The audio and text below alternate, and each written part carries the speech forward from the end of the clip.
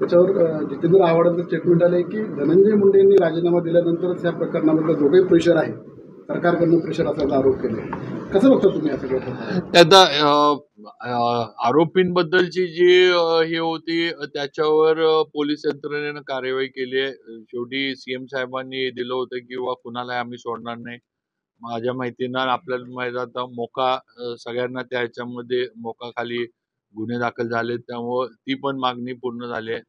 आता दुसरा विषय जो आहे नाही, राजीनाम्याची जी मागणी होती आहे, शेवटी कसं आहे, परवा दिवशी जे वळसे पाटील साहेबांनी सांगितलं ती वस्तुस्थिती आहे किंवा आरोप कुठेतरी हे होऊ देत, मग अजितदादा त्याच्यावर योग्य निर्णय घेतील. कारण शेवटी ते राष्ट्रवादी काँग्रेसमधला दादांच्या ह्याच्या खालचा तो आहे, त्यामुळे दादा योग्य निर्णय त्याच्यावर घेतील. सीएम साहेबांनी जे जाहीर केले किंवा सगळे दोन्ही डीसीएमनी जे केले की या प्रकरणामध्ये कुणालाही आम्ही सोडणार नाही, ही भूमिका त्यांची स्पष्ट आहे तिघांची पण. त्या भूमिकेला कुठेही हे नाही आणि 100% असे प्रकार महाराष्ट्रात परत झाले नाही पाहिजेत. अशा पद्धतीनं आरोपींवर कार्यवाही होईल, शिक्षा सुद्धा होईल.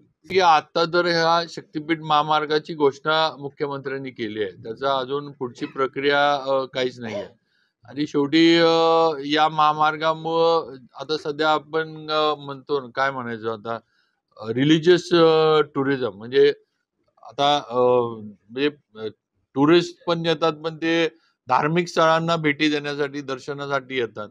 तर ह्याचा आपल्याला खऱ्या अर्थानं फायदा होणार आहे. आता घोषणा केल्या केल्याच विरोध लगेच करायचा, माझं म्हणणं आहे थोडं ते शक्तीपीठाची मुख्यमंत्र्यांची जी संकल्पना आहे ती आधी जरा समजून तरी सगळ्यांनी घ्यावी.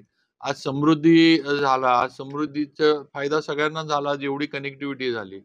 आज आता आपल्याच विषयात आपणच आपला हायवेचा विषय बघतोय, काय हा बार्शीचा टेंभुर्णीचा. आज एक हायवे आपल्याला झालेला नाही तर आपल्यावर परिणाम किती झालाय लातूर जिल्ह्यावर, हे तुम्हीच बघताय.